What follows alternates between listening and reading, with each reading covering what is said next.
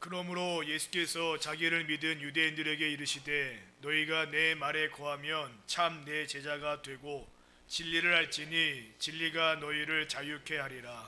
아멘. 자유, 자유, 자유.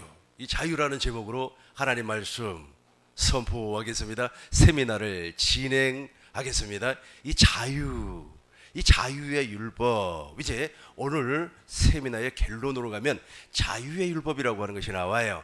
이 자유의 율법으로 저와 여러분들이 살아버리면 하나님의 전부를 누리고 사는 겁니다.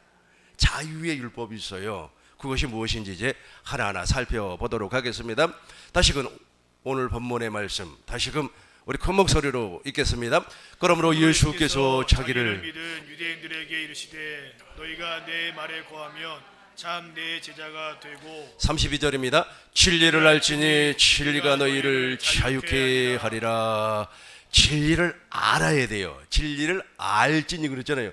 진리를 알지 못하면 저 자유를 누릴 수가 없어요. 그러니까 지금 사람들은 난 자유해라고 이야기함에도 불구하고 저 진리가 무엇인가를 몰라버리면 자유가 없어요.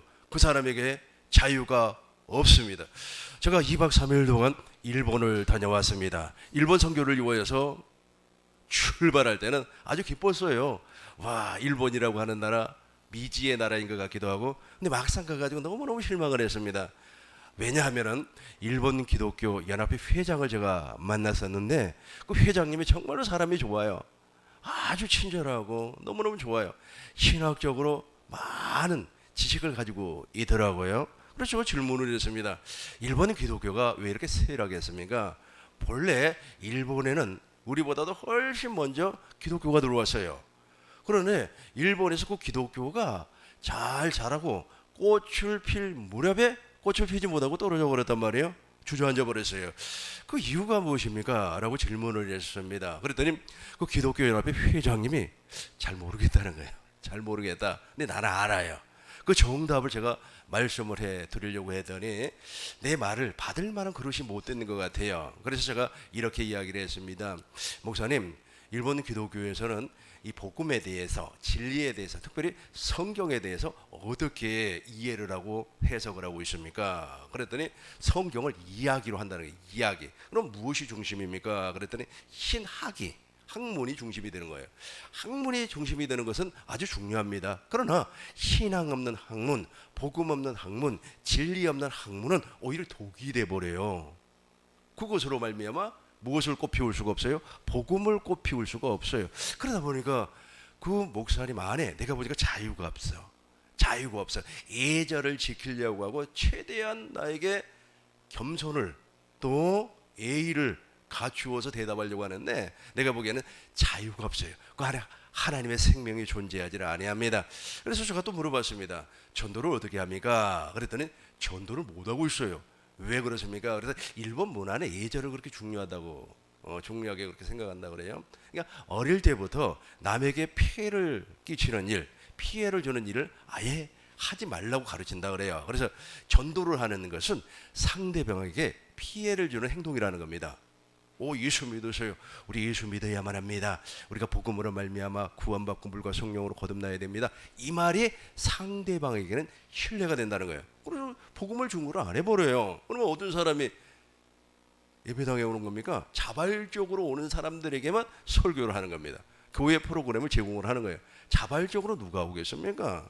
자발적으로 아주 그냥 열정적으로 막 그 속에 하나님의 생명이 약동하고 생명이 막 끓어오르면 가만히 있겠어요? 뭐 복음을 뭐 전파하고 말이야 진리를 가르치는 거 아니겠습니까? 근데 그걸 못해요. 그러면서 우리 일본 기독교는 한국처럼 요란하게 십자가도 안 합니다 그래요. 우리 한국 기독교는 막 그냥 십자가에다 빡 붉은색 있잖아요. 붉은색 그 네온 사인 있잖아요. 막 그걸 돌리고 그러는데 일본은 안 한다는 겁니다. 왜 그렇습니까? 그랬더니 그렇게 하면 상대방에게 피해를 준다는 거예요. 그 일리가 있는 말입니다. 아니, 근데 그 피해를 준다고 할지라도 지금 영혼을 살려내야 되는 입장 아니겠습니까? 근데 그분들이 전부 다 그런 식으로 생각을 하고 있어요. 그러다 보니까 교회도 있잖아요. 가정집처럼 지어놨어요. 그 밖에 십자가가 없어요. 그럼 십자가는 어디에 있느냐? 그 예배당 꼭대기에 십자가가 있는데 십자가도 크지도 않습니다. 조그마한 십자가, 색깔도 하얀 색깔, 또 어떤 사람은 나무 색깔 그대로예요. 그러니까 십자가에 불빛도 없습니다. 그러다 보니까 이게 교회인지 가정집인지 구분이 잘 안 돼요. 그것이 그 사람들 입장에서는 상대방을 존중하는, 예의를 지키는 최선의 행동이다. 이렇게 생각을 하고 있어요. 이렇게 생각을 하다 보니까 아니 이성적으로 정말로 신학적인 깊이는 있는데 신앙이 없어요. 이 신앙이 없는 사람들에게 우리 하나님께서 무엇을 요구하겠습니까? 성령이 역사하겠습니까? 절대로 역사하지 않습니다. 그래서 제가 이 사람들은 지금 종이구나. 종 아시죠? 이 사람들에게 자유가 없어요. 종이에요. 여전히 종이구나. 죄의 종, 마귀의 종, 율법 아래 종이라는 겁니다. 그러면 일본 기독교는 도대체 무슨 일을 했습니까? 일본 기독교는 사회운동을 했어요. 사회운동. 우리처럼 막 복음을 열정적으로 중거를 하고 성경 공부를 하고 그런 게 아니라 사회운동을 했습니다. 이 가가와 도요히코라고 하는 사람이 있어요. 하천풍원이라고 합니다. 이 사람을. 이 사람이 바로 창녀촌에 들어가서 창녀들이 버린 아이들을 모아가지고 고아 사업을 했습니다. 이것이 일본 사람들에게 엄청나게 자극을 주었어요. 그러다 보니까 예수 믿고 정말로 내가 크리스찬이라고 하면 이 구제 사업, 봉사 사업, 사회 정화 사업, 이것에 초점을 둬버리는 거예요. 이 가가와 도요히코라고 하는 사람이 얼마나 유명하냐면 전 세계적으로도 이 사람 이름 되면 다 알아요. 뭐 우리 한국에도 많이 알려져 있는 분입니다. 근데 이 사람의 정신이 지금도 일본에 살아 있어요. 우리나라에도 살아 있습니다. 트루먼 대통령이 일본에다가 원자 폭탄을 집어던져가지고 일본 자체를 바닷속에다 집어넣어 버리라고 했어요. 완전히 수장을 시켜버리고 초토화를 시켜버리고 일본이라고 하는 나라를 이 지구에서 없애버리려고 그랬어요. 그런데 이 가가와 도요히코라고 하는 그 사람 때문에 원폭을 2개 떨어뜨리고 끝내버렸어요. 이 사람이 없었다면 아마 전 국토에다가 원폭을 막 집어던져 버렸을 겁니다. 그 정도로 그 사람이 유명한 사람이에요. 이 사람의 정신이 무엇이라고요? 사회 봉사운동. 그러니까 이 정신은 지금도 살아있어요. 그러니까 남을 위해서 희생하고 남을 위해서 헌신하는 그 정신은 살아있어요. 지금도. 근데 중요한 것은 뭐냐면 이 사람들에게 자유가 없어요. 자유가 없다는 말은 생명이 없다는 겁니다. 자유가 없다는 말은 그 안에 복음이, 구원이 이루어지지 아니했다는 거예요. 구원이 이루어지지 아니했다는 것은 거듭나지 아니했다는 거예요. 그러니까 겉모양은 거듭났어요. 여러분 겉모양 보고 반해버리면 안 됩니다. 저와 여러분들은 아주 성령으로 말미암아 영의 눈이 열려서 그 사람의 심령을 보아야 돼요. 그 심령에는 자유가 없어요. 자유가 없다 보니까 마치 이스라엘 백성이 애굽에서 430년 동안 노예 생활하고 있는 모습과 똑같아요.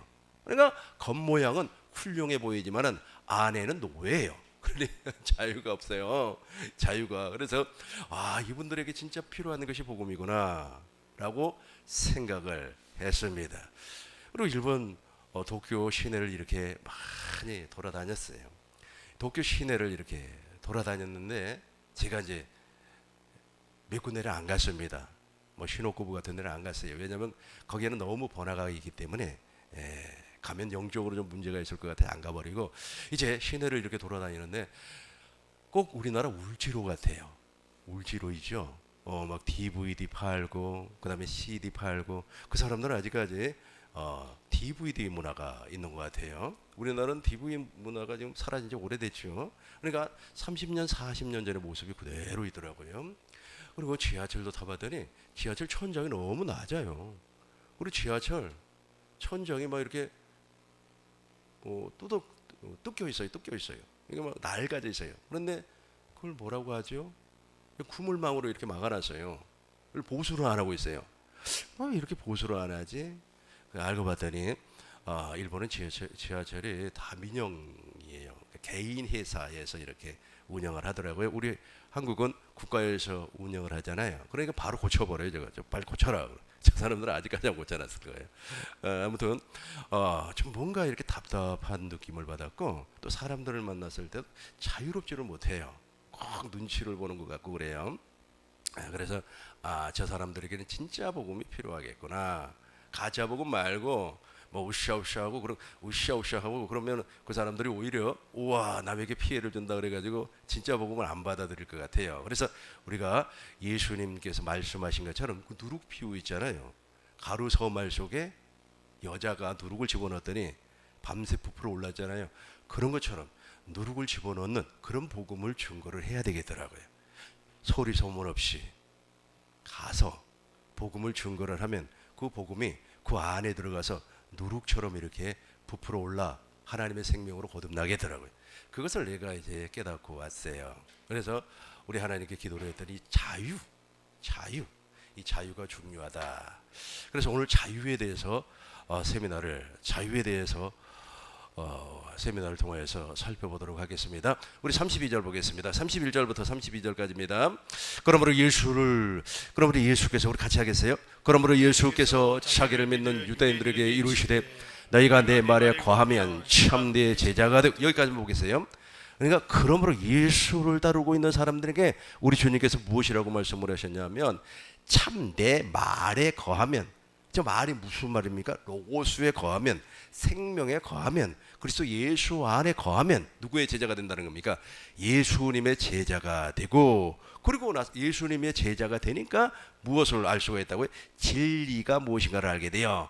진리를 알지니 32절 진리를 알지니 진리가 너희를 그렇죠. 예수님 안에 거하는 사람이 바로 제자를 삼는 세례를 받는 거예요. 이 제자를 요한복음 4장 1절입니다. 이 제자를 삼는 세례를 통하여서 진리가 알아지는 겁니다.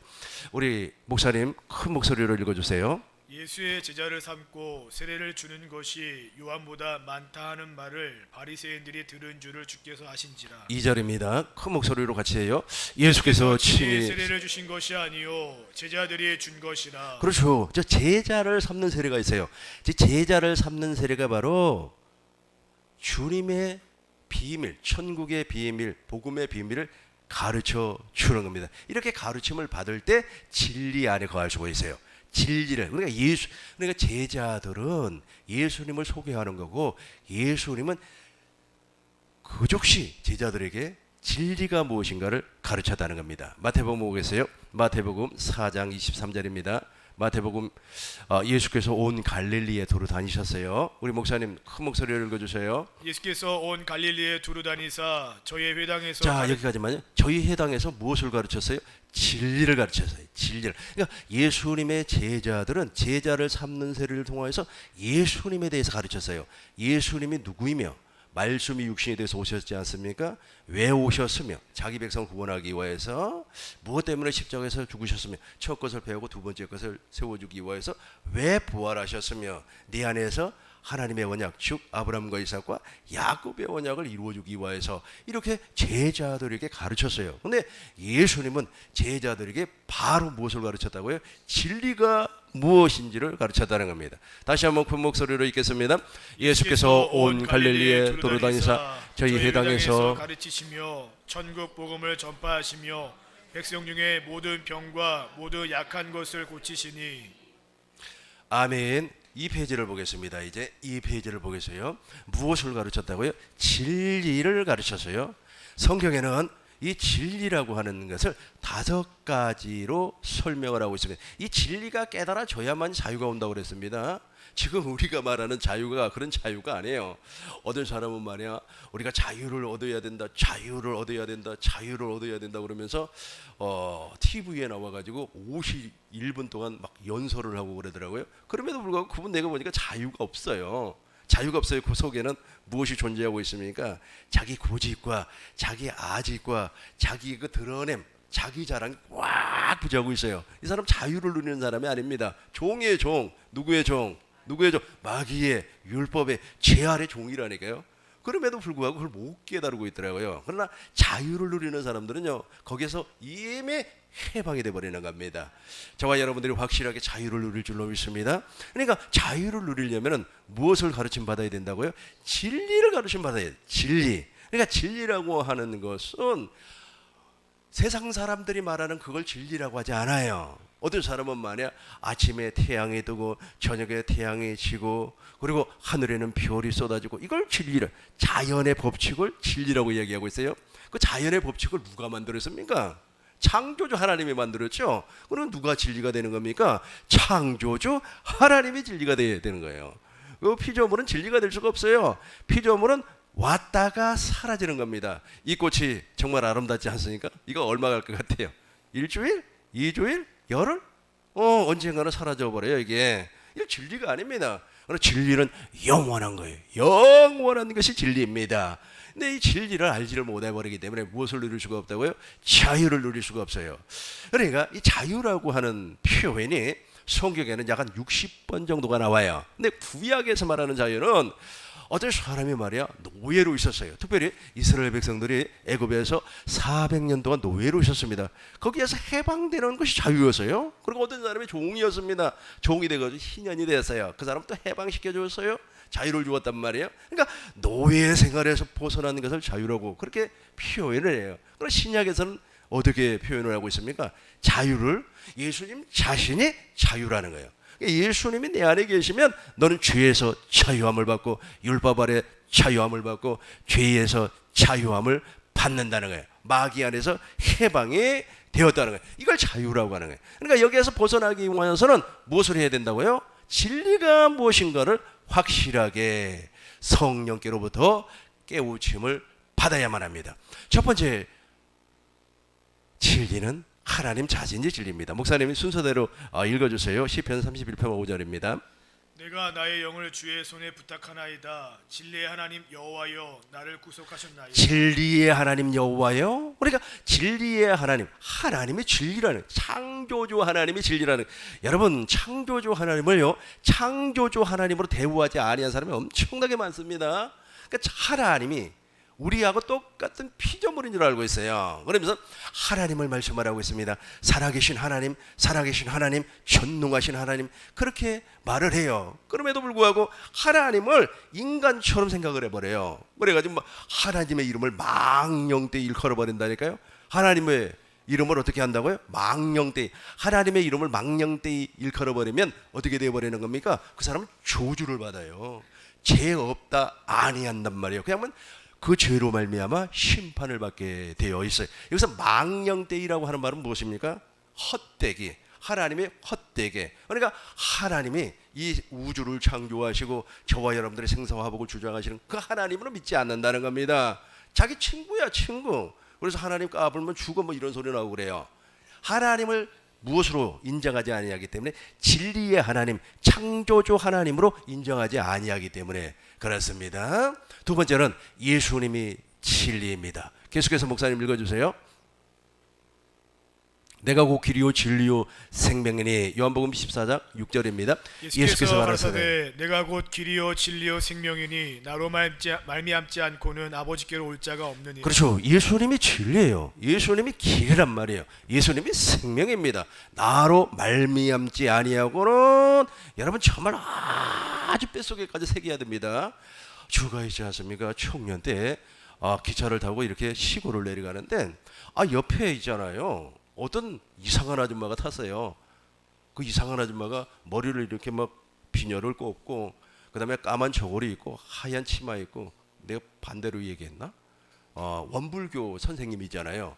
원불교 선생님이 딱 탔어요. 타가지고 말이요. 나에게 전도를 하는 거예요. 그 사람이 음료수를 줘가면서 전도를 하는 거예요. 날 보고 그래 학생이냐고 그래. 예 학생입니다. 그랬더니 혹시 진리에 대해서 들어보셨냐고 그래. 진리에 대해서 들어보는 거 내가 지금 전도사인데 진리에 대해서 모르면 내가 전도사겠습니까? 진리에 대해서 들어보셨냐고 그래요. 당연히 진리에 대해서 들어봤죠. 그랬더니 이 양반이 일장연설을 해요. 진리에 대해서. 그러니까 이 사람은 삼라만상이 진리라는 겁니다. 사람이 태어나고 결혼하고 순리에 따라서 죽는 것이 진리라는 겁니다. 하도 듣다가 역겨워가지고 그게 무슨 진리입니까? 그러면서 내가 그 성경 구절을 암송을 했어요. 예수께서 가라사대 내가 길이요 진리요 생명이니 나로 말미암지 않고는 아버지께로 올 자가 없습니다. 그랬더니 이 아줌마가 그냥 화를 내면서 말이야. 예의를 지켜서 말을 하라고. 아니 지금 생사가 왔다 갔다 하는데 무슨 예의고? 아니 지금 이 사람이 어떤 집에 불이 나버렸어요.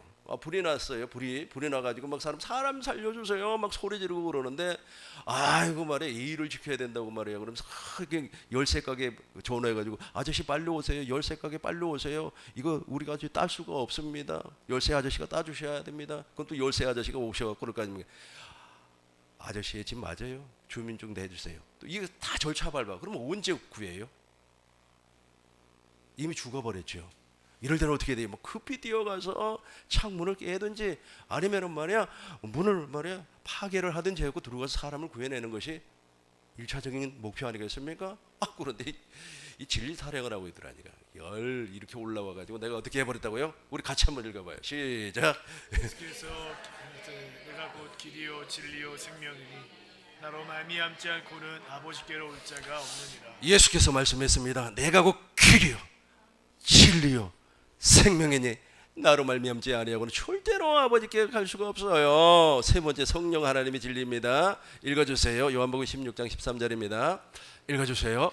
내가 아버지께서 너희에게 보낼 보혜사 곧 아버지께로서 나오시는 진리의 성령이 오실 때에 그렇죠. 그가 나를 증언하실 것이요. 진리의 성령이 오실 때 그가 누구를 충고한다고요? 예수님을 충고하는 겁니다. 이게 성령 하나님이 진리예요. 세 번째는 기록된 말씀이 진리입니다. 목사님 읽어주세요. 내가 모략과 지식의 아름다운 것을 기록하여 너희로 진리의 확실한 말씀을 깨닫게 하며 또 너를 보내는 자에게 진리의 말씀으로 회답하게 하려 함이 아니냐. 기록된 진리의 말씀, 이 성경이 진리예요. 그러니까 사람들이 성경 말씀을 인간이 썼는 줄로, 인간이 이렇게 기록한 줄로 알고 있습니다. 그러나 딤전 3장 16절에 이 성경은 누구의 감동으로? 성령의 감동으로 기록이 되어 있어요. 딤전 3장 16절 보겠습니다. 그러니까 성령의 감동으로 기록된 이 성경 말씀이 바로 진리라는 거예요. 진리라는 거예요. 확실하게 진리입니다. 3장 16절, 2장 16절인가? 2장 16절. 우리 큰 목소리로 읽어주세요. 모든 성경은 하나님의 감동으로 된 것으로 교훈과 책망과 바르게 함과 의로 교육하기에 유익하니. 그러니까 저 성경 말씀은 사람이 기록한 것이 아닙니다. 물론 사람을 통해서 하나님께서 기록을 했지만 저것은 철저하게 저자가 성령 하나님이에요. 성령의 감동으로 기록이 됐기 때문에 저 말씀이 진리라는 거예요. 그래서 저와 여러분들은 저 말씀 안에서 주님의 음성을 듣는 겁니다. 마지막 다섯 번째로는 성부와 성자와 성령의 입에서 나오는 모든 말씀이 진리라는 거예요. 이 진리, 이 다섯 가지 진리를 하나님은 초월하지 않아요. 저와 여러분들도 저 다섯 가지 진리가 무엇인지 확실하게 깨달아질 때 이 마음의 자유가 오는 겁니다. 그러니까 저 진리 안에는 무엇이 들어있느냐? 성부와 성자와 성령 하나님은 하나의 생명으로 역사를 하는 겁니다. 물론 성부와 성자와 성령 하나님은 각 위격에 따라서 일을 하지만, 그러나 하나의 객체가 아니고 하나의 본체, 하나의 한 생명으로 일을 하는 겁니다. 이것을 무엇이라고 하느냐면 복음이라 그래요. 그러니까 저와 여러분들이 복음을 믿는다고 하는 것은 성부와 성자와 성령 하나님께서 약속한 말씀을 믿는 거예요. 그러니까 기록된 말씀과 그분의 입에서 나오는 말씀을 믿는 겁니다. 구약의 하나님은 어떤 하나님이었습니까? 말씀하시면 그 말씀을 반드시 이루시는 하나님, 약속의 하나님이었다는 거예요. 아브라함과 약속을 했고 이삭과 야곱과 약속을 했고 에레미야 선지자를 통해서 새 언약을 선포했고 말라기 선지자를 통해서 예수의 이름을 우리에게 주겠다고 약속을 했어요. 신약의 하나님은 어떤 하나님입니까? 말씀이 육신이 되어서 사람으로 오신 그 그리스도 예수님이 바로 하나님이에요. 그분은 어떤 하나님이에요? 하나님의 뜻을 이루시는 하나님. 다 한 가지를 이유해서 일을 하는 겁니다. 그 한 가지가 무엇이죠? 나에게 생명을 주겠다는 거예요. 그 생명으로 말미암아 머리 대신 예수님과 한 몸이 되고 교회가 되고 하나님의 성전으로 거듭나서 내 안에 누가 왕으로 오시는 겁니까? 그리스도가 왕으로 온다는 거예요. 이 한 가지 일을 하기 위하여서 성부와 성자와 성령 하나님은 각각 다른 일을 하는 것 같지만 한 본체로, 한 생명으로 일어난다는 거예요. 그래서 오늘날 성령 하나님은 어떤 하나님입니까? 내 안에 오셔가지고 복음을 믿는 자들에게 오셔가지고 먼저 우리 영 속에 뿌리 박혀 있는 원죄를 제거해버리죠. 이걸 그리스도의 할례라고 합니다. 이렇게 원죄가 뽑혀 나가버리면 우리 주님께서 내 안에 성전을 건축을 해요. 이 성전을 건축하는 과정을 거듭남이라고 해요. 원죄가 뽑혀나가는 것을 구원이라고 하고, 이렇게 내 안에 성전이 건축이 되면 이제 내 안에서 하나님의 모든 약속이 이루어지는 겁니다. 그러니까 하나님의 약속은 저 밖에서 이루어지는 것이 아니에요. 내 안에서 이루어져서 그분이 내 안에서 당신의 약속을 이루시고 당신의 의를 드러나는 거예요. 그래서 복음에는 하나님의 의가 나타나는 겁니다. 이 하나님의 의가 나타나지 아니한 사람은 아직까지 종이에요. 로마서 1장 17절입니다. 로마서 1장, 복음에는 하나님의 의가 나타나서, 목사님 큰 목소리로 읽어주세요. 복음에는 하나님의 의가 나타나서 믿음으로 믿음에 이르게 하나니 기록된 바 오직 의인은 믿음으로 말미암아 살리람과 같으니라. 아멘. 그러니까 저 복음이 내 안에 계셔요. 그분이 바로 성령 안에서 오신 그리스도란 말이에요. 저분이 오셔가지고 나를 거듭나게 만들어주는 겁니다. 거듭나게 만들어줘서 확실하게 교회가 되어버렸어요. 교회의 머리는 그리스도, 나는 몸이 되어버렸어요. 한 몸이 되어버렸으며 한 생명으로 한 몸이 되어버렸어요. 그리고 나서 하나님의 의가 나타나요. 하나님의 의가 무엇입니까? 하나님의 전부를 말을 하고 있어요. 하나님의 지혜와 하나님의 지식과, 여러분 하나님의 지혜가 있어야 돼요. 이 제 종아리에 있는 사람들은 이 지혜가 없어요. 자유가 없는 사람에게는 하나님의 지혜가 안 나타난다니까. 하나님의 지혜가 안 나타나니까 누구의 지혜를? 사람의 지혜로 무엇을 하려고 그래요? 사람의 지혜로. 자유 이야기하는 사람들은 전부 다 사람의 지혜로 하려고 그래요. 사람의 지혜로 무엇을 하려고 하는 겁니까? 뭐 사람도 이렇게 모으고 말이야, 어찌어찌 하면은 말이야 100만 원도 주고, 전부 다 사람의 지혜로 한단 말이에요. 무엇이 없으니까? 자유가 없으니까. 자유를 말을 한다니까 막 자유 이야기하는데 실상은 자유가 없어요. 그러나 우리 주님께서 내 안에 왕으로 오시면 나는 무한한 자유를 누리는 사람이, 무엇이 나타나기 때문에? 하나님의 의가 나타나기 때문에. 그러니까 하나님의 의가 하나님의 전부라고 그랬어요. 하나님의 지혜, 하나님의 능력, 하나님의 평강, 하나님의 지식, 하나님의 부, 인간의 부가 얼마나 오래 가겠습니까? 하나님이 주시는 부가 있다니까요. 그 부가 있어요. 그러니까 자유함을 누리기 때문에, 내 안에서 자유함을 누리기 때문에 그 자유함으로 말미암아 사람을 긍휼히 여기는 겁니다. 사람을 소중하게 여기는 겁니다. 왜냐하면 그 영혼이 구원받아야 되기 때문에. 그러니까 사람이 공격의 대상이 아니라니까요. 우리 천국복음 중거하시는 목사님들, 그 다음에 장로님, 그 다음에 권사님들, 집사님들, 우리가 조심해야 할 것이 하나가 있어요. 그것이 무엇이냐면, 물론 악한 마귀로 말미암아 쓰임 맞는 사람이 있습니다. 근데 그 사람도 구원의 대상입니다. 대놓고 좀 마귀 새끼라고 그러면 큰일 나는 거예요. 아니에요.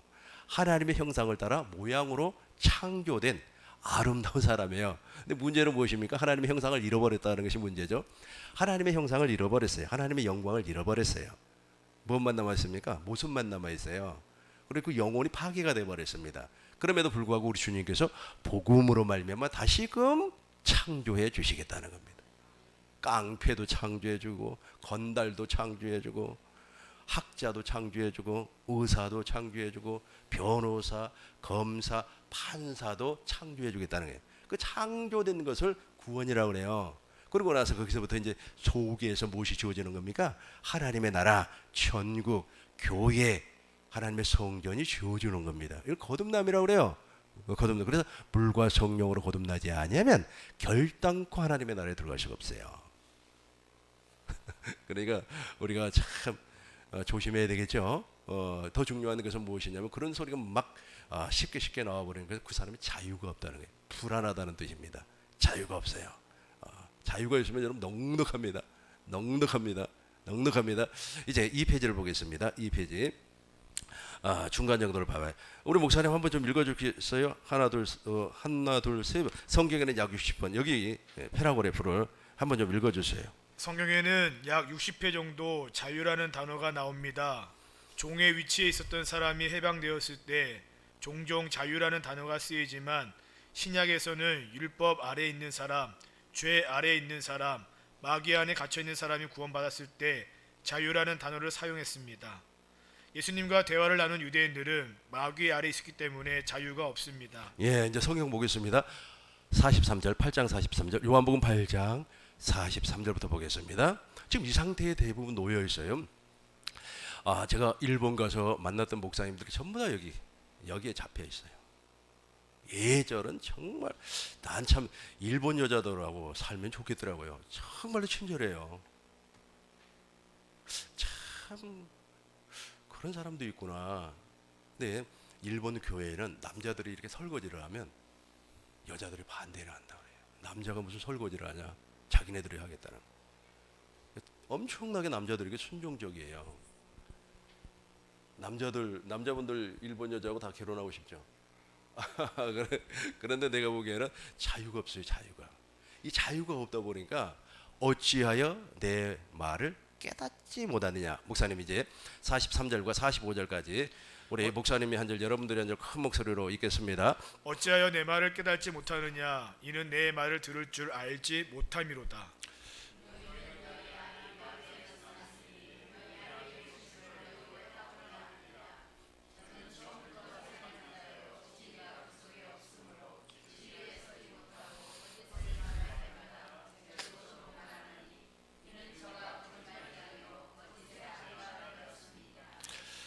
내가 진리를 말함으로 너희가 나를 믿지 아니하는도다.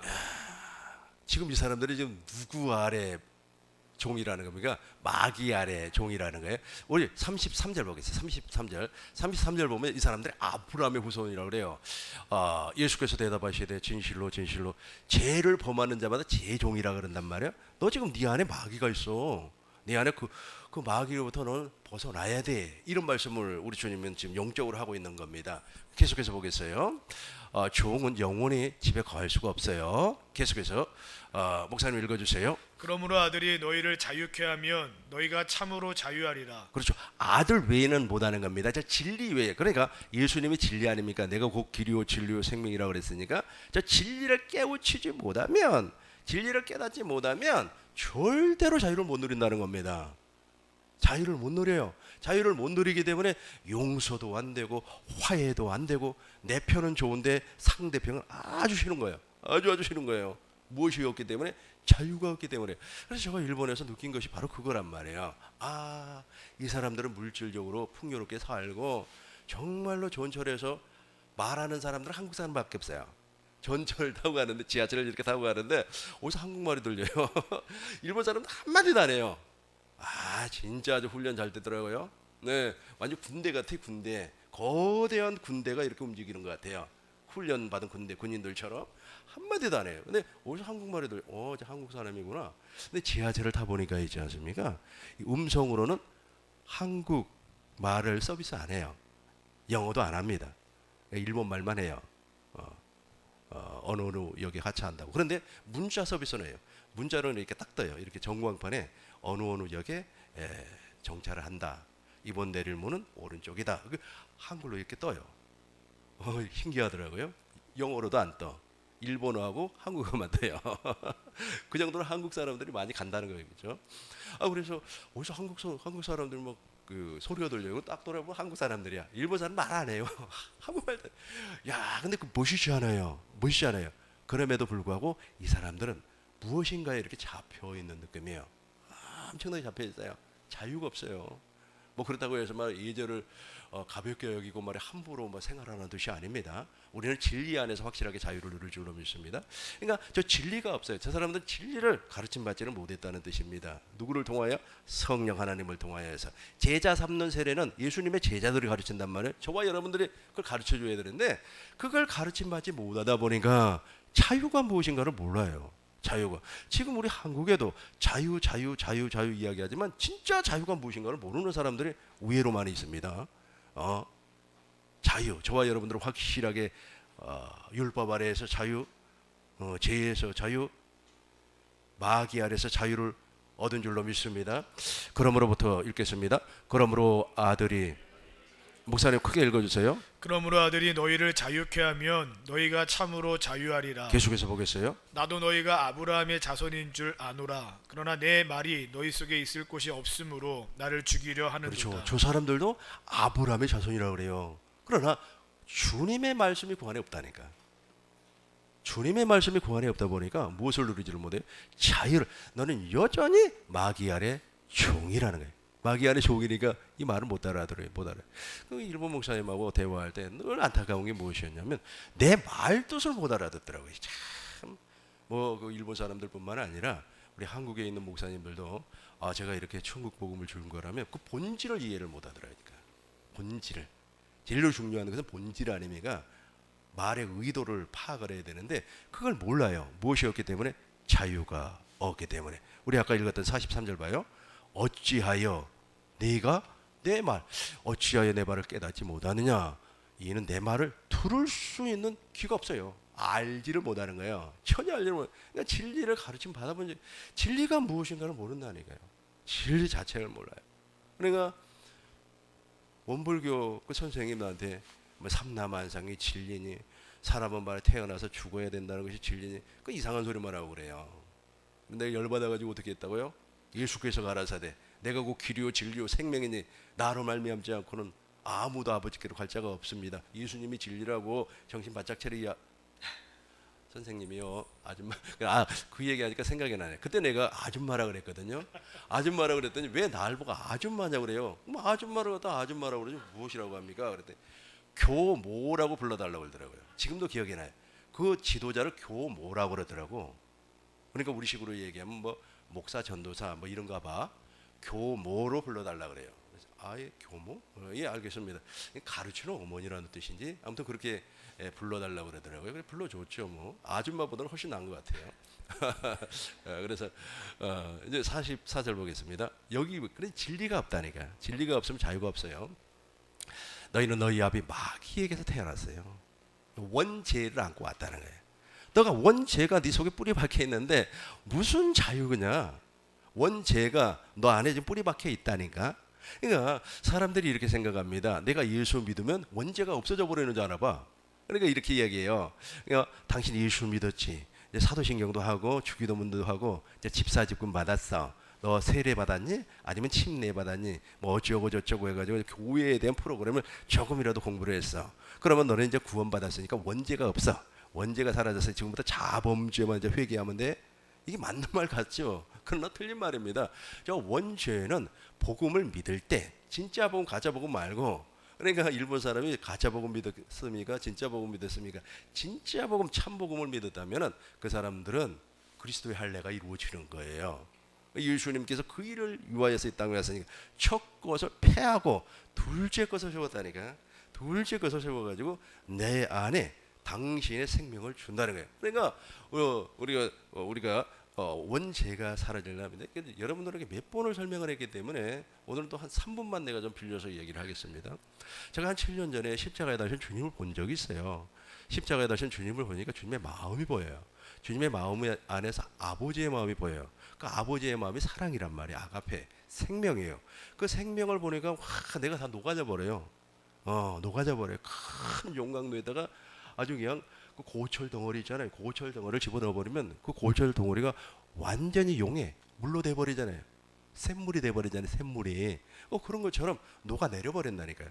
소망이 부끄럽지 않으면 하나님의 사랑이 우리 마음에 부어지는 겁니다. 내가 죄인 되었을 때 나를 위해서 죽으신 그 십자가의 사랑이 와버린다니까.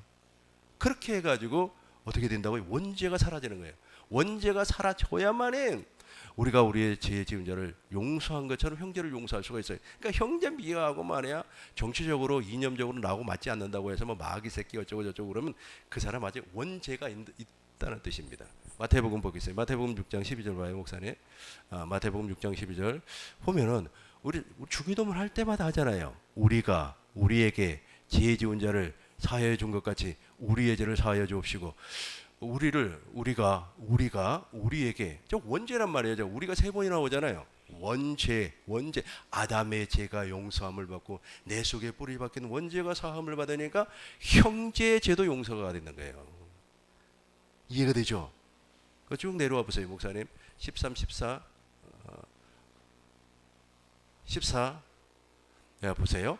너희가 사람의, 목사님 읽어주세요. 너희가 사람의 과실을 용서하면 너의 천부께서도 너의 과실을 용서하시려니와. 안 된다니까. 사람의 과실이 용서가 돼요? 아니, 내 속에 원죄가 뿌리 박혀 있는데 사람의 과실이 용서가 되냐고요. 절대 안 됩니다. 이거 절대 안 돼요. 그래서 그리스도의 할례, 그러니까 저기에서 저 죄에서 해방되기 위해서는 하나님의 사랑이 부어져야 된다. 그 복음 외에는 없어요. 그래서 예수님이 복음이에요. 예수님이 구원입니다. 예수님이 거듭남이에요. 너희가 사람의 과실을 용서하면, 조건을 하나님 딱 걸어놨어요. 근데 저것은 언제 용서가 된다고요? 내 속에 뿌리 박힌 원죄가 빠져나가야만이 가능한 겁니다. 저게. 계속해서 15절 보겠습니다.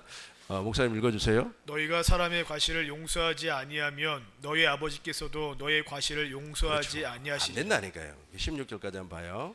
금식할 때 여기까지 너희는 봐야 될 것 같네. 금식할 때, 금식할 때까지 봐요. 머리에 기름을 바르고가 나와요. 금식할 때 너희는 외식하는 자들과 같이 슬픈 기색을 내지 말라. 저희는 금식하는 것을 사람에게 보이려고 얼굴을 흉하게 하느니라. 내가 진실로 너희에게 이르노니 너희는 자기 상을 이미 받았느니라. 17절까지 봐야 되겠네요. 너는 금식할 때에 머리에 기름을 바르고 얼굴을 씻으라. 지금부터 저와 여러분들 금식을 하는 거예요. 지금 여기서 말하는 금식이라고 하는 건 밥을 굶는다는 말이 아닙니다. 밥을 굶는다는 말이 아니고 에더냐 있죠. 에더냐, 율법 아래. 그러니까 율법은 두 종류가 있습니다. 모세의 율법이고 그리스도의 율법. 그리스도의 율법은 또 다른 말로 하면 자유롭게 하는 온전한 율법이라고 그래요. 그래서 이제 모세의 율법에서 우리가 먹었던 그 행위를 금식하라래. 그 먹지 말라는 거예요. 이제 누구의 입에서 나오는, 성부와 성자와 성령의 입에서 나오는 말씀만 먹으라는 거예요. 생명만 먹으라는 거예요. 그러면 어떻게 되는 겁니까? 얼굴에 기름이 발라진다니까요. 내가 나이가 60살이라고 하니까 안 믿어요, 사람들이. 진짜입니다. 안 믿더라고요. 안 믿으면 좋죠. 그럼 몇 살처럼 보여요? 그리고 50으로 보여도 땡큐. 예. 우리 성령 하나님께서 그렇게 해준단 말이에요. 이해가 되죠? 이해가 되죠?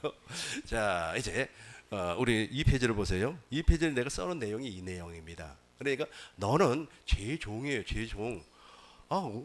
아니 내가 말이야 장로인데 장로 아니라 장로 할아버지, 목사 아니라 목사 할아버지라고 할지라도 이 복음으로만 가능한 거예요. 이 복음을 믿음으로만 우리가 저 원죄에서 해방을 받을 수가 있어요. 이제 복음을 믿기 위해서는 성령으로 말미암아 이 5가지 진리가 깨우쳐져야 돼요. 그러니까 진리를 알지니 그랬잖아요. 진리를 알지니 진리가 너희를 자유케 한다니까요. 다시 한번 봐봐요, 목사님. 다시 보겠어요. 45절, 아니 우리 32절을 보고 45절 가겠습니다. 32절 보고, 자 보세요. 진리를 알지니 무엇이 진리, 저 진리가 주어라니까. 그러니까 내가 자유를 주는 것이 아니라는 거예요. 우리 대한민국 정부가 자유 주는 거 아니에요. 누가 자유를 주는 겁니까? 진리가 너희를 자유케 하리라. 그래서 이 5가지 진리가 깨우쳐지고 알아지고 깨달아지면 이제 여러분들은 복음이 자동적으로 믿어지는 겁니다. 복음이 자동적으로 믿어지면 이 원죄가 빠져나가야 되잖아요. 그걸 반드시 보게끔 돼 있어요. 주님을 보게끔 되어 있어요. 주님의 얼굴을 보게끔 되어 있어요. 주님의 마음을 보게끔 되어 있어요. 제가 오늘 우리 권사님들과 김밥을 먹으면서 이런 말을 했어요. 나는 우리 어머니의 마음을 40이 넘어서 알았습니다. 내 나이가 40이 넘어서요. 50이 넘어서 우리 연세 드신 분들의 마음을, 우리 어머니의 마음을 그때 알았어요. 우리 어머니가 시골에 내려가면은 밥을 안 먹고 있어요. 그래서 왜 밥을 안 먹고 있냐 물어봤더니 무슨 탕이 먹고 싶는데 못 먹고 있다 그래요. 그러니까 연세 드신 분들은 할머니라고 하겠습니다. 할머니는 있잖아요. 식당에 혼자 가서 밥을 못 먹는 것 같아요. 자기는 먹고 싶어요. 근데 못 먹고 그냥 지나가는 겁니다. 진짜 그때까지만 해서 나는 그걸 몰랐어요. 몰라가지고 그런 그때서 이제 알고, 그래서 나는 이제 우리 어머니 모시고 가서 이제 그걸 맛있는 거 그동안 먹고 싶어서 많을 거 아닙니까? 혼자는 못 가는 거예요. 혼자는. 그래서 그때 가가지고 같이 이제 먹는 겁니다. 먹으면 그거 다 먹어요. 그래서 돈은 누가 내는 줄 아세요? 우리 어머니가 내. 내가 안 낸다니까. 얼마나 먹고 싶었으면은, 아니 우리 같으면 그냥 들어가서 말이야 먹으면 되잖아요. 근데 할머니들은 그게 안 되는 것 같아요. 안 되는 것 같아요. 눈치도 보이고 그러니까. 그래서 제가 이제 한 가지 아주 좋은 방법을 짜냈어요. 그 방법이 무엇이냐면, 내가 우리 어머니 사는 마을에 치킨집이잖아요. 치킨집. 치킨을 잘하는 치킨집이고 전화번호를 따갖고 가지고 이제 여기서 서울에서 전화를 하는 거예요. 전화를 하고 입금을 시켜줘 버려요. 입금 시켜주면 바로 배달해 줍니다. 그걸 열흘에 한 번씩을 했더니 한 달에 4번을 딱 먹더니 우리 어머니가 뭐라 그러냐면, 와, 고맙다는 거예요. 나 우리 어머니한테 고맙다는 말 그때 처음 들어봤다니까. 여러분, 치킨 4번만 사주면 고맙다고 얘기합니다. 꼭 4번 이상 사주세요. 그게 그렇게 좋은가 봐요. 왜냐면 치킨집에 가서 어떻게 먹을 수도 없잖아요. 그리고 또 옛날 분은 좀 시킬지도 몰라요. 배달 음식 시킬지도 몰라요. 그런데 그렇게 먹고 싶은데, 먹고 싶은데 지금 내가 무엇을 얘기하려고 하면, 저 진리가 내 안에 들어오면 아버지의 마음이 보인다니까요. 누구의 마음? 하나님 아버지의 마음이 보여요. 그래서 자유를 누리는 겁니다. 여기서부터 자유가 와요. 하늘이 두 쪽이 나도 자유가 옵니다. 아주 그냥 막 정치적으로 막 이해관계 득실에 따라서 서로 난리를 치고 그래도 저런 사람도 있나 보다 하고 너무 자유로운 겁니다. 뭐 욕심 부리고 그럴 게 어디가 있어요? 욕심 부리고 그럴 게 어디가 있습니까? 자, 이제 목사님 밑에 것만 이제 보고 이제 정리하도록 하겠습니다. 자유롭게 하는 온전한 율법이에요. 야고보서 1장 25절입니다. 이 율법이 여러분 안에 있어야 돼요. 이게 없으면 큰일 나버리는 거예요. 그러니까 옛날에는 모세율법이 있었는데 이게 원죄가 뽑혀 나가면서, 그러니까 로마서 6장 6절에 보면은, 로마서 6장 6절을 먼저 보겠습니다. 로마서 6장 6절, 여기에서 해방이 돼 버리는 겁니다. 우리가 알거니와 우리의 옛사람이 예수와 함께 십자가에 못 박혀 죽어버렸다니까요. 아까 제가 말씀드렸잖아요. 그 원죄가 뽑혀 나가는 것이 참 느껴져요. 그 이후부터는 바뀌어 버리더라니까. 마인드가 바뀌어 버려요. 그 바뀐 것 가운데 하나가 자유로운 거예요. 누가 뭐래도 자유로워요. 두 번째는 뭐냐면 이 죽음의 공포에서 자유. 두 번째는 무엇이냐면은 욕심이 사라져 버려요. 욕심이 딱 사라져 버려요. 그리고 세 번째는 이 죽음의 공포가 딱 없어져 버리더라고요. 뭐 오늘 죽어도 여한이 없는 사람이니까 뭐. 아무튼 자유가 있잖아요. 우리에게 엄청난 것을 줍니다. 우리 6절 한번 읽어봐요. 시작. 우리가 알거니와 우리 옛사람이 예수와 함께 십자가에 못 박힌 것은 죄의 몸이 멸하여 다시는 우리가 죄에게 종노릇하지 아니하려 함이니, 7절 보겠습니다. 이는 죽은 자가 죄에서 벗어나 의롭다 하심을 얻었음이니라. 그렇죠. 죄에서 이제 죽어버렸어요. 저 종에서 해방이 되어버렸어요. 해방이 되니까 이제 야고보서 1장 25절입니다. 이 율법이 들어와요. 옛날에는 모세 율법이 말에 꽉 차가지고 자유가 없었어요. 자유가 없었습니다. 돈을 그렇게 많이 벌어도 자유함을 못 누려요. 그러나 확실하게 자유할 줄로 믿습니다. 우리 큰 목소리로 읽어요. 시작. 자유하게 하는 온전한 율법을 들여다보고 있는 자는 듣고 잊어버리는 자가 아니요 실행하는 자니, 이 사람이 그 행하는 일에 복을 받으리라. 그렇죠. 마지막에 보세요. 행하는 일에 복을 받으리라. 그전에는 시골에서 목회할 때 목회가 너무 안 돼가지고, 하나님 왜 이렇게 목회가 안 됩니까? 때려쳐 버릴까?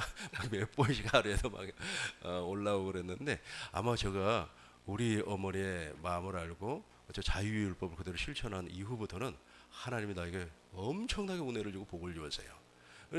이것을 모르는 상태에서, 아니 말이야, 서울 그 복잡한 우리 시골에 목회하는 경상도 지방에서 목회하는 목사님이 나한테 그래요. 목사님은 그 별들이 전쟁하는 별들의 전쟁이라고 그러더라고요. 서울에서 어떻게 목회하냐 그래요. 그래서 글쎄요, 난 잘 모르겠다고. 아무튼 중요한 것은 무엇이냐면, 그때부터 복이 밑에만 봐요. 그 행하는 일에 시작. 그 행하는 일에 복을 받으리라. 확실하게 복을 받았어요.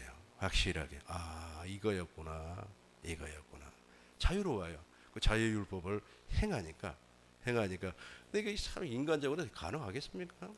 인간적으로 가능하겠어요? 근데 우리 하나님께서 그런 지혜를 주니까 우리 권사님들의 마음도 이렇게 이해를 하고 보게 되더라고요. 자, 2장 12절 보겠습니다. 2장 12절 큰 목소리로 읽겠습니다. 너희는 자유의 율법대로 시작. 너희는 자유의 율법대로 심판을 받을 자처럼 말도 하고 행하기도 하라. 예, 자유의 율법대로 이제 사는 겁니다. 저와 여러분들 확실하게 자유의 율법대로 살 줄로 믿습니다. 베드로후서 보겠어요. 베드로후서 2장 19절. 이것만 보고 맞춰요 이제. 예, 자유 이제 이해됐죠? 우리가 세상에서 말하는 자유하고는 개념 자체가 달라요. 그러니까 제 양반은 자유하면서 말이야. 뭐 또 샌프란시스코인가 거기 가 보면 이제 프랑스에서 자유의 여신상 이렇게 다 횃불 들고 그다음에 미국의 그 독립선언서 이렇게 다 들고 있잖아요. 그죠? 그러니까 그것은 무엇이냐면은 미국이 영국으로부터 해방을 받았다. 그러니까 독립을 쟁취했다라고 하는 것을 기념하기 위해서 거기에다가 여신상을 세웠잖아요. 우리 사람들이 이야기하는 것은 그런 자유, 전쟁을 통하여서 해방을 받았다. 그 독립 전쟁을 이끌었던 사람이 조지 워싱턴이라고 하는 사람 아닙니까? 그리고 또 16대 대통령 에브라함 링컨이라고 하는 사람이 누구를 해방시켰어요? 노예를 해방시켜서 자유를 줬다. 우리가 생각하는 그런 자유는 자유예요. 그러나 성경에서 말하는 자유는 무엇이라고요? 원죄에서 해방되는 걸 자유라고 해요. 이건 반드시 복음을 통하여서 진리를 깨우치면 복음을 통하여서 이것이 믿어지고 나에게 현상으로 나타나요. 제발 여러분 이 경험 좀 하고 살았으면 좋을 것 같아요. 이 경험 반드시 하실 줄로 믿습니다. 목사님 읽어주세요. 20절까지입니다. 저희에게 자유를 준다 하여도 자기는 멸망의 종들이니 누구든지 진 자는 이긴 자의 종이 됨이니라. 그렇죠. 원죄가 있는 사람들에게는 자유를 준다 해도 못해요. 원죄가 있는 사람들은 자유를 준다고 해도 그 자유를 누리지를 못해요. 나하고 사상이 맞지 않으면 바로 무엇이 나와버려요? 독설이 나와버리죠. 비판이 나와버리죠. 안 된다니까. 나를 그렇게 괴롭혔던 시어머니 만나면 어떻게 되는 거예요? 나 우리 시어머니 말이야 복수해 줄 거야. 그 이야기하니까 또 생각이 나네. 제가 헌병대에서 생활을 했었는데 우리 고참이 무엇이라고 얘기하냐면 자기 선임이 있었다는 거예요. 그 선임이 하도 못되게 해가지고 그 선임 옷을 이제 빨아주는데 너무 화가 나가지고 짱돌 있잖아요. 짱돌로 그 옷을 그냥 다 해가 망가뜨려가지고 갖다 줬대요. 그런데도 모르고 입고 다니더라는 거야. 그렇게 해서 두 번째도 복수를 한다고 라면 끓여 오라고 그러니까 라면을 끓여가 거기다 침을 그냥 가래침을 뱉다가 갖다 줬어요. 갖다 주고 주니까 이제 맛있다고 또 먹더라는 거예요. 여러분 안 된다니까요. 저 자유를 준다 해도 자유를 못 누려요. 무엇이 있기 때문에? 원죄가 있기 때문에. 다시 한번 읽어보겠어요. 저에게 자유를 준다 하여도 자기는 멸망의 종들이니 누구든지 진 자는 이긴 자의 종이 됨이니라. 그렇죠. 이 사람들은 멸망이 있어요. 계속해서 심판받아요. 시작. 만일 너희가 우리 주 대신 구주 예수 그리스도를 알므로 세상의 더러움을 피한 후에 다시 그 중에 얽매이고 지면 그 나중 형편이 처음보다 더 심하리니. 네. 인간의 노력으로는 이 자유를 쟁취할 수가 없어요. 무엇을 성령으로 말미암아 진리가 무엇인가가 깨우쳐질 때, 깨달아질 때 그 진리 안에서 자유를 누릴 수가 있습니다. 여기까지 이해가 됐습니까? 이해가 됐으면 우리 하나님께 영광의 박수를 드리겠습니다.